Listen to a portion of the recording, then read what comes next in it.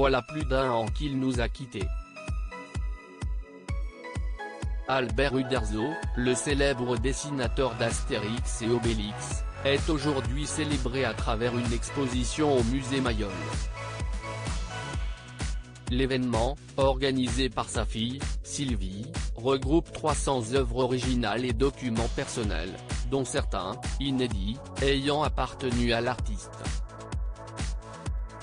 Des planches de Captain Marvel à celles des deux Gaulois, en passant par Papa, tout y est exposé de façon chronologique.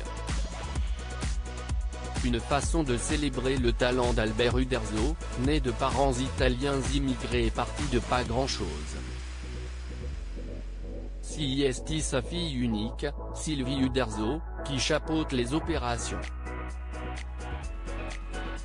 Avec ma mère, Ada, nous souhaitions rendre hommage à l'artiste incomparable que t'est Albert Uderzo et retracer 60 ans d'une carrière hors norme, explique cette dernière dans les colonnes de Télérama. Tombée dans la marmite du monde de l'édition quand elle était petite, Sylvie Uderzo a fait carrière dans l'univers créé par son père.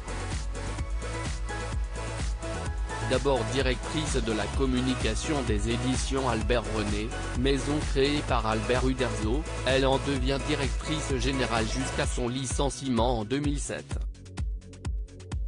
En 2012, elle met la main sur la plus grosse collection d'objets privés liés à l'œuvre de son père, soit environ 100 000 pièces. Au début, en ouvrant ces cartons à dessin, j'étais ému par chaque découverte, se souvient Sylvie Uderzo dans les pages de Télérama.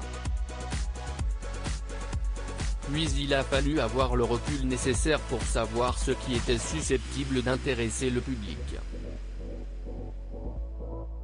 Albert Uderzo, l'exposition sur sa carrière se termine fin septembre. L'exposition, intitulée Uderzo, comme une potion magique, est disponible au musée Mayol jusqu'au 30 septembre 2021.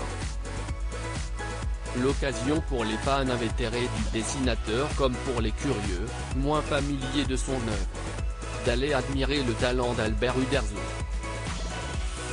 Après tout, même son complice René Goscinny disait de lui qu'il était capable de dessiner n'importe quoi avec talent, y compris un combat de pieuvres dans de la gelée de groseille.